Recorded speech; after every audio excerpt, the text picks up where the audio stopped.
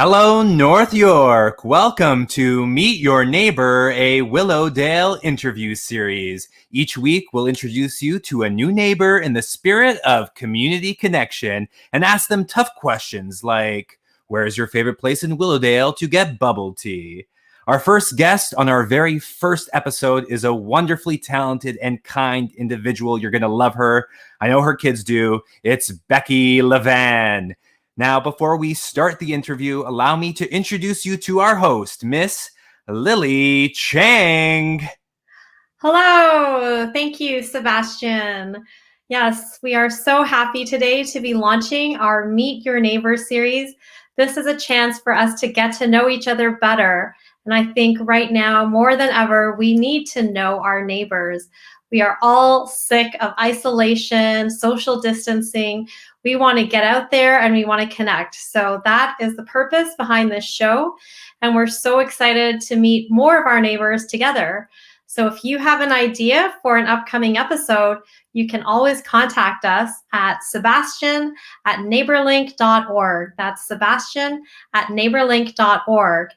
Now, the cool thing about this episode or this show is that you can interact with us because it's live. You can type a question in the chat below and we can see those questions, and we can also ask those questions of our guest. So who are we interviewing today? Well, I had the privilege of meeting her through our food bank development committee. We just cast a wide net out there to say, our community needs a new food bank. Who wants to help? And out of the woodwork came this beautiful and amazingly talented woman who I have come to really cherish as a member of our team. So without further ado, here is Becky Levan. Hello, Becky. Feel free to introduce me all day long. That was delightful. Well, I have been so delighted to have you on our committee with your enthusiasm, your hard work, your creativity. But I think what really has stood out to me is how gracious you are and how warm you are to strangers on our committee, in our community. And it's so important, that warmth, because our job, our goal is not to create this slick, food bank. Our goal is to create meaningful community connections, the fruit of which will be something that serves our community. So thank you so much for all you've done, Becky. Oh, it's absolutely my pleasure. So before we talk about your role in our food bank development, why don't you tell us a little bit about yourself? Okay, sure. I have wanted to be a designer since I was about 8 years old. So I'm kind of living the dream right now. I have 2 delightful children who will be better human beings than I could ever possibly hope to be. I'm a relative newcomer to Willowdale. I've lived here only about 5 years now, so I'm still discovering. And I actually have absolutely no idea where to find the best bubble tea. So I'm kind of just doing all of this to find out that information. And I'm really passionate about design, family, food, not necessarily in that order all the time, but it depends on the day you catch me. So that's me in a nutshell. Amazing, amazing. And so what is your favorite place in Willowdale in the past 5 years? That's a great question. At the risk of sounding like a pretty lame homebody, my favorite place is my own backyard. We've put a lot of time and effort into it, and my husband and I got married back there a couple of years ago. So we really threw the old design efforts into all of it. So it's just spectacular. It's a place I can relax. It's a place I can entertain when I'm allowed to entertain. It's a place of comfort and joy to me. So that's my favorite place in Willowdale right now. And it's not public, but I am happy to bring people by for a tour. I'm very proud. Yeah, we'll have to see some pictures of that sometime so we can all get some ideas. Now, if people wanted to find you on the internet, your design business, where would they go? So I run a design business with my husband. He's a contractor. I'm the designer. And we have a website called Urban Legends. We we share responsibilities. We coexist somewhat peacefully within our own business spheres. But that's where you find my design work is on that website. You can also follow me on Instagram at Sketchy Styles. Nice. I'm going to have to follow you. Maybe someone can throw that in the chat. Sketchy Styles on Sketchy Instagram. Styles. Yeah. Nice. So what does it mean to you to know and connect with your neighbors? Well, it's interesting. When I moved here 5 years ago, I came from different areas of Toronto that I grew up in, right? And they were always more densely packed. There was always a lot more people, a lot more street traffic. I'd never lived in anywhere so quiet as Willowdale. So when I came up here, I was a little bit off my game in terms of not seeing as many people on the streets or not seeing faces I knew. You know, it's like any newcomer to a community. And the more I lived here and the more effort I've put out and the more I've put myself out, I've been richly rewarded with community coming alive and around me, and neighbors that I now know and people I can now wave at. And it just all really brings joy to my life. So that's community in a nutshell to me. And that's what I've found here. Yeah, and that's a really good point, that to the extent that you've put yourself out there is Yes. to the extent that community has grown around you. And Yes. I feel like that's what we all need to do, but sometimes it's a muscle we've forgotten. And especially, you know, if you live on a street where people have garages that they drive into, it's quite Yes. possible that you don't even see your neighbors day to day. Unless you water your lawn, then there's a chance for a conversation. And Go ahead. Well, I was going to give a great example because that's exactly it. Our neighbors have garages, and they come out in the car and they go back in the car. And much like the witch in Hansel and Gretel, I wanted to make my house so appealing that people were drawn to it. So I put a little free library on our lawn, because I always thought they were so cool. And, you know, like I was just, as I say, I was trying to attract bees with honey, right?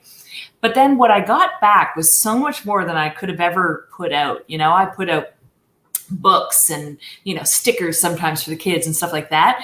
But the people that have come, the experiences I've had, the kids that have just delighted in the little library and the discovery of it all, it goes to prove exactly what you said, which is anything you put out into the community comes back to you tenfold. What a great idea. If you put a little free library on your front lawn, chances are you will meet more than just your immediate neighbors. You'll Yes. connect and you will share. What a wonderful idea. And some people in our community have actually created little free pantries out of their Yes. little free libraries. So Yes. it's half for books and half for food. But those are very challenging to sustain sometimes because they get emptied, as soon as they're filled. So, but either way, the books stay, and that's a great community builder. And when you see, I mean, Lily, the things I've gotten back, it's just extraordinary. We went through a phase during the pandemic where I put masks out in the library. I taught myself how to make masks, and they were very inexpertly sewn and clearly handmade, but people took them and they were nice about it. But then you wouldn't believe it. People left things in the library. And the first time I went out, there was a little baggie, because I put all my masks in baggies. Someone had returned the baggie with a $5 bill inside. Oh.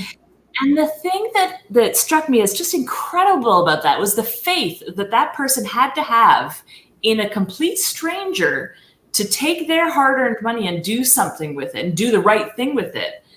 So, of course, I donated it to North York Harvest, and then I took a picture, put that on Instagram, because I think that when you take a leap of faith like that, you deserve to have that faith publicly and largely recognized, because it's absolutely humbling and astonishing to know that someone trusts you like that. Well, I want to say, we live in an incredible community. And even today, two amazing things happened in our Willowdale Neighbors Connect group. The first thing is, I put it out there this week. We're going to be celebrating a birthday for a 2-year-old who is currently living in a shelter. And several neighbors have donated financially to help us cover refreshments and cake and decorations. Someone's donated decorations to us. And then this other mom in the community, she reached out and she just had the most thoughtful gift that I would never have thought of, which is a season's pass to the zoo. And that is going to be so wonderful because right now the shelter system is overloaded. And so some families like this one, they're staying in motels. And can you imagine, 5 people in a motel room? There's no outdoor space. Right. And they're already living in a challenging circumstance. So to have, the zoo to go to this summer, Right. it's going to be great. I spoke with the mom and she's so excited. So, so that's the first beautiful thing that happened in our community today. And the second thing is we found someone's dog. The dog was found. I saw that. Yeah, someone else saw someone posted in another group. And so if it wasn't for neighbors, connecting with neighbors, that dog, those kids would still be aching for their dog tonight, but instead they're reunited. And so I just bask at the beauty of our community. Yeah, those are great examples. Yeah, you're absolutely right. And what a fun way to crowdsource good ideas. You know what I mean? Like to your point, we can come up with fun things on our own, but then you involve a few other minds, and suddenly you get some magic in the sauce. It's like we're a brain hive together. Yeah. Well, how they say that it takes a village to raise a child, right? It takes a village to be a village. I have said that for years now. We all need a village. It's not just kids. We all need to belong somewhere, to be known. Yeah. And that to me is one of the beautiful things that has come out of our food bank development committee. Is the beautiful people that we've had the chance to meet and connect with. So I was just wondering, what has been your experience participating in our committee? I had one of the most rewarding professional challenges of my life on this committee. I've touched all aspects of design, right? Industrial, retail, commercial, warehouses, coffee shops, you name it. Right? And it's all fun. To me, it's all a puzzle to be solved, and I love it. I've never done anything like this. And you and I were a part of a meeting where we were trying to solicit feedback from the community in order to create a space that was reflective of their goals and their ethos and things that would actually be of use to them. So I started off with a pretty simple question just to try to get into the psychology of people, of the people that we were talking to. And I asked, what makes your home your home? What do you feel when you walk into it? What are those elements? And you never know with a question like that, we're going to get back. You might get something very tangible, like I like the color on my walls, or I like the way my house smells, or, a wide variety of things, all of which is kind of fun and useful intel for a designer. But there was one gentleman who was so generous and honest and shared with us a painful fact about himself, in that he said he did not feel a sense of home. He had no sense of home in his house. He didn't have that because he had lost his family tragically years ago, and then ever since then had not felt that sense of home. I was blown away by his honesty. I was incredibly touched by the concept of home being a lack in someone. As a designer, as a mom, as a family member, blah, blah, blah, design is crucial to me. Like, it just lives in all parts of my life. And I'm constantly thinking about, what makes my home tick, what makes it me, this and that, little tweaks, little adjustments. I'm obsessed. So to hear from him was a I don't even know the word I'm looking for. It just put me on a whole different track.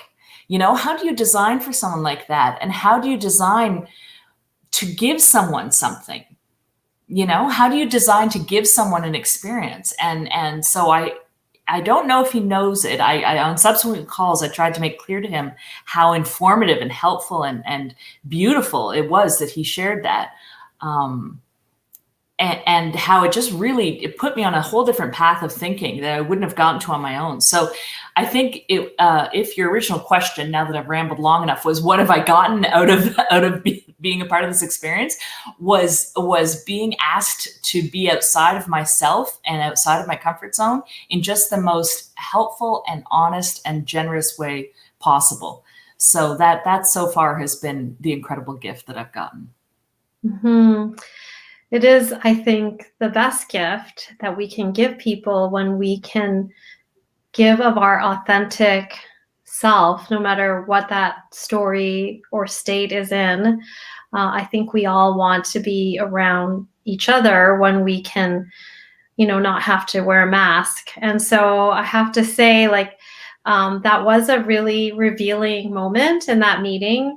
And I think it wouldn't have happened without your passion and warmth that gave this person a feeling like they could be open and real about where they were at. So thank you for, steering that conversation.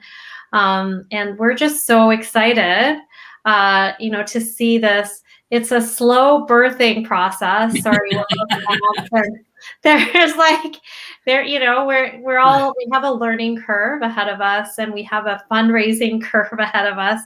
Yes. We are sitting, waiting in some respects on some important grant applications that will help us with the equipment purchase. Mm-hmm. But I think we're also moving forward with a plan of what does a stripped down version look like to start things off, to get off the ground. Because as we were saying before we hit the go live button, I said it's better to get out of the gate first than it is to try to be perfect. And then you said, and you can say it now. Sure. And I still don't know who said it, but I have a feeling it was Steve Jobs, not Bill Gates. And he said, perfection isn't profit, product is profit. And obviously we're not in this for any sort of profit, but I think that the concept holds true. And that is, it is better to offer, to start imperfectly rather than to wait for everything to be lined up exactly the way you want it and then open your doors.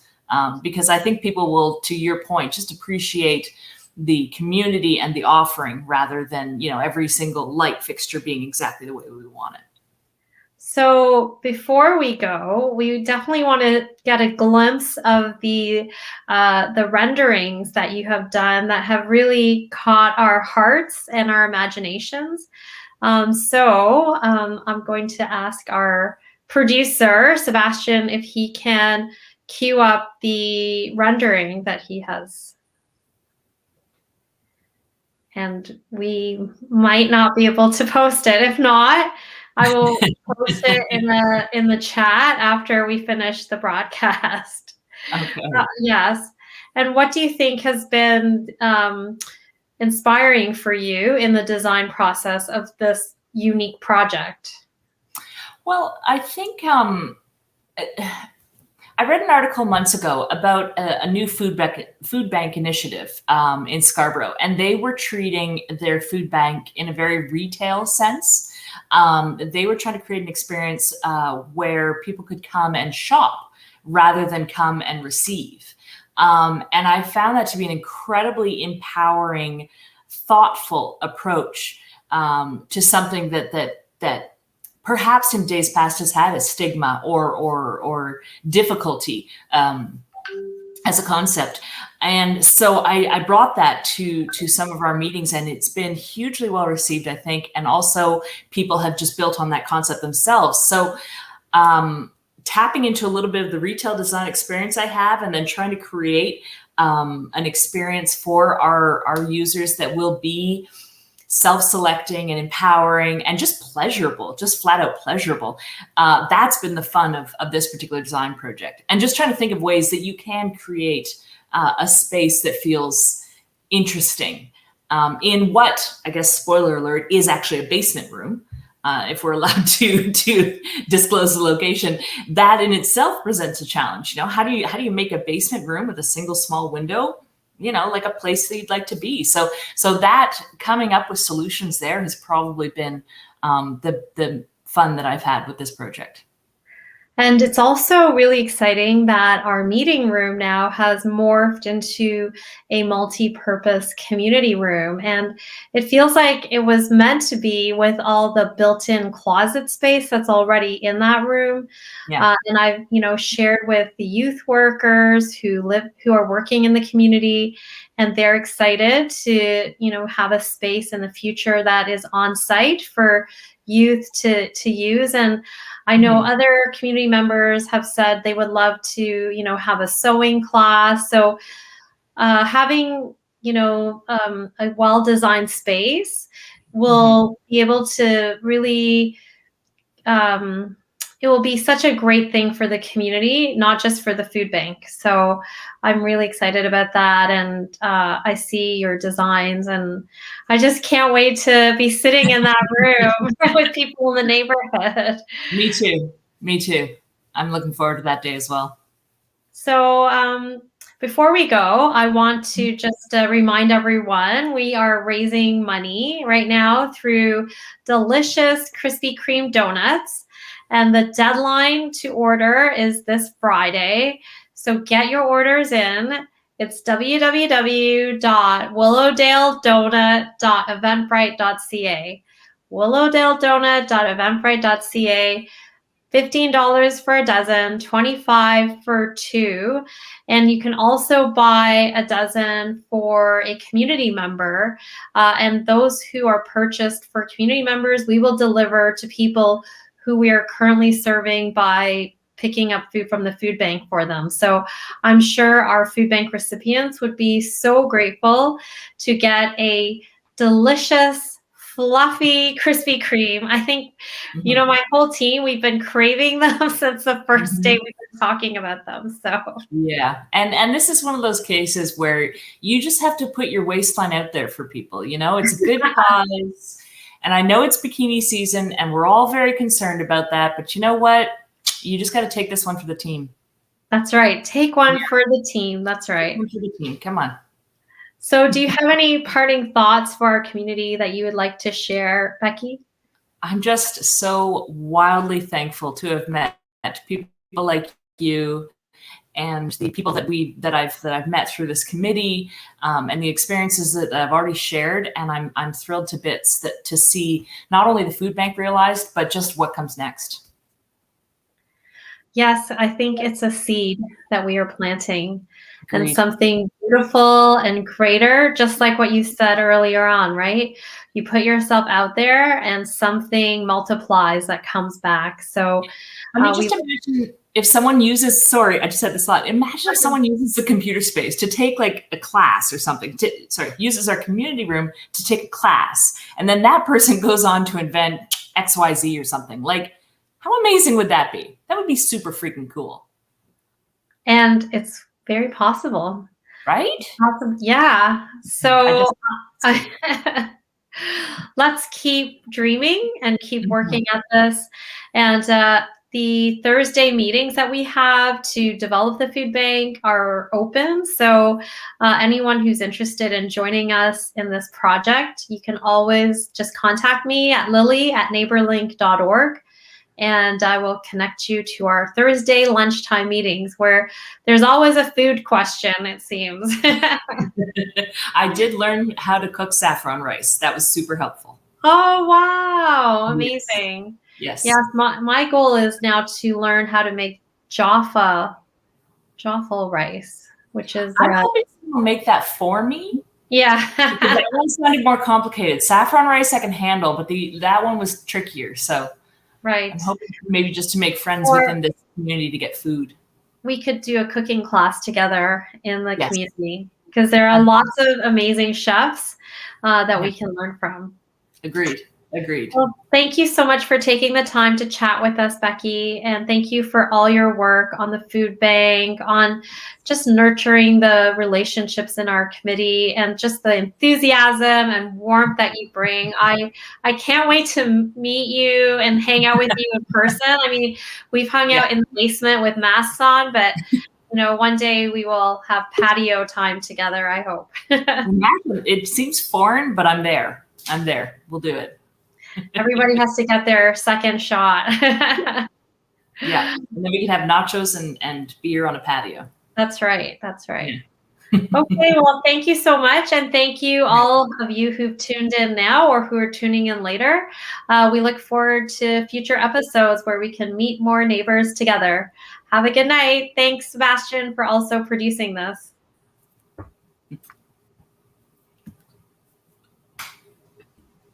Thank you so much, Lily. Tech got a little crazy there, but I'm so glad we got to have this conversation. I know streaming from the basement of your parents' home in Willowdale might not be the best idea. I wouldn't recommend it to the folks out there. But before we head out, I did want to show some of the amazing graphics that Becky did. We would be remiss if we didn't share them with everyone. Yeah. So let me throw them up on the screen quickly before we head out. Okay. Wow. So you're looking at the food hub room. It's going to be, as you can see, it's got a real grocery style feel to it. Maybe some fresh produce there. Simple, easy to clean surfaces. And then one of my favorite bits is those lamps. They just add a great texture. When you're underground, if you're trying to make it feel like an above ground space, you got to use the texture. Same thing here, and the same effect, the greenery. That greenery that you're seeing under the window there, if we can manage to keep some herbs alive, it's really going to feel brighten up the space and add a bit of an outdoor feel. Awesome. Yeah. And that's what people have said in the community too, that herbs are actually very inaccessible for people who are facing food insecurity. That's so if we are able to provide some herbs, that would be wonderful. That's one of those set aparts. That's what makes it more of a community kitchen and less of a community food hub. So.